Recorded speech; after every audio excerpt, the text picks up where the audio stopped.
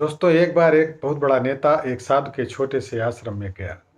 वह साधु के बारे में बहुत सुना था, तो उसके मन में आया कि मैं एक बार जा कर के देखता हूँ कि लोग उसकी इतनी तारीफ क्यों करते हैं।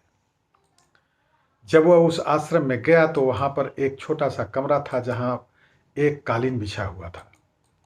वहाँ पर कुछ लोग नीचे बैठे हुए थे और साधु जी सामने आसन पर बैठे थे। कुछ सवाल जवाब चल रहा था। वह नेता उस आश्रम में आया और उस नेता के साथ में 4 बॉडीगार्ड भी थे। और अमूमन होता यह था कि जहाँ पर भी वह जाता था लोग अपनी जगह से खड़े हो जाते थे और उसकी तरफ देखते थे, हाथ जोड़ते थे और सर झुकाते थे। लेकिन यहाँ पर ऐसा कुछ भी नहीं हुआ। साधु ने व्यस्तता के कारण उसकी तरफ देखा तक भी नहीं। नेता को लगा कि यह मेरी बेइज्जती है और वह इस बात से गुस्सा हो गया। नेता ने थोड़ा गुस्से से साधु की बात को बीच में काटते हुए कहा कि मैं आपसे कुछ कहना चाहता हूं। साधु ने उसकी तरफ देखा और कहा, आप थोड़ी देर रुकिए, पहले मैं इनके सवाल का जवाब दे दूं, उसके बाद मैं आपसे बात करता हूं। तब तक आप अगर चाहें तो बैठ सकते हैं। बस साधु का इतना कहने की ही देरी थी कि नेता का चेहरा गुस्से से लाल हो गया और फिर उसने सारा का सारा गुस्सा उस साधु पर निकाल दिया। अभी तक वह नेता बहुत तमीज से आप करके बात कर रहा था, लेकिन अब वह तू तड़ाक पर उतर आया। नेता ने उस साधु को कहा कि तुझे पता भी है मैं कौन हूं और तू किससे बात कर रहा है। साधु ने उसकी तरफ देखा और कहा, मुझे इससे कोई फर्क नहीं पड़ता कि आप कौन हैं, लेकिन आप जो कोई भी हैं, अगर आप चाहते हैं कि मैं आपके सवाल का जवाब दूं या आपसे बात करूं तो आपको कुछ देर रुकना होगा। और साधु के यह कहते ही नेता गुस्से से पागल हो गया और वहीं सबके सामने चीखने चिल्लाने लगा, अब मैं तुझे तेरी असली औकात दिखाऊंगा। तूने मुझसे पंगा लेकर के ठीक नहीं किया। तुझे पता भी है मैं तेरे बारे में क्या सोचता हूं। साधु ने फिर से नेता की तरफ देखा और बड़े ही प्रेम से कहा कि मुझे इससे कोई फर्क नहीं पड़ता कि आप मेरे बारे में क्या सोचते हैं। आप जो चाहे वह मेरे बारे में सोच सकते हैं। फिर नेता ने उससे कहा कि तू चाहे सुनना चाहता है या नहीं, लेकिन मैं तुझे यहीं सबके सामने बताऊंगा कि मैं तेरे बारे में क्या सोचता हूँ। तू कोई साधु नहीं है। तू एक बहुत ही घटिया इंसान है। तू एक ढोंगी है, पाखंडी है और यहाँ पर जितने भी लोग बैठे हैं उन सबको बेवकूफ़ बना रहा है। तेरा बस एक ही मकसद है, इन लोगों की जेब में जितना भी पैसा है वह सब तेरे पास आ जाए। तू अपने फायदे के लिए इन लोगों का इस्तेमाल कर रहा है और अब मैं तुझे नहीं छोड़ने वाला हूँ।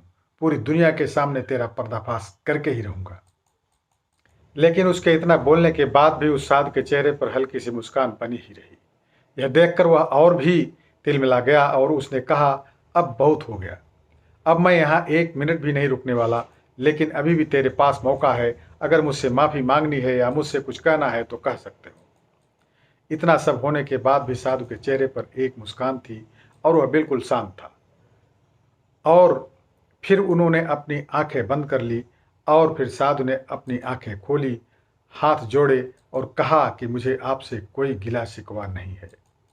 आपके लिए मेरे मन में कोई भी गलत ख्याल नहीं है। जो भी मेरे बारे में आपने कहा वह आपकी अपनी सोच थी, लेकिन मुझे आप में कोई भी बुराई नज़र नहीं आती है। मुझे आप बहुत ही भले इंसान लग रहे हैं। साधु के इतना कहते ही नेताजी का दिमाग 7वें आसमान पर पहुंच गया। उसके चेहरे पर एक अजीब सी खुशी थी, क्योंकि उस साधु ने वही कहा जो बाकी सब लोग उस नेता को कहते थे। और वह खुशी खुशी उस आश्रम से अपने घर की तरफ चला गया और जाकर अपने पिताजी के साथ बैठ गया। उसके पिताजी ध्यान में थे। उन्होंने पूरी जिंदगी सिर्फ लोगों की सेवा की थी और बदले में कुछ भी उम्मीद नहीं किया। तो थोड़ी देर बाद जब उन्होंने अपनी आंखें खोली और देखा अपने बेटे को अपने साथ बैठे हुए, तो उनके बेटे के चेहरे पर आज एक अजीब सी खुशी थी जो आज से पहले उन्होंने कभी नहीं देखी थी। फिर उसने एक एक करके सब कुछ बताया कि आज क्या हुआ, किस तरह से वह आश्रम गया और वहाँ पर क्या क्या हुआ, उसने क्या कहा और साधु जी ने क्या कहा। सारी बातें ब्यौरेवार उसने अपने पिता से बताया।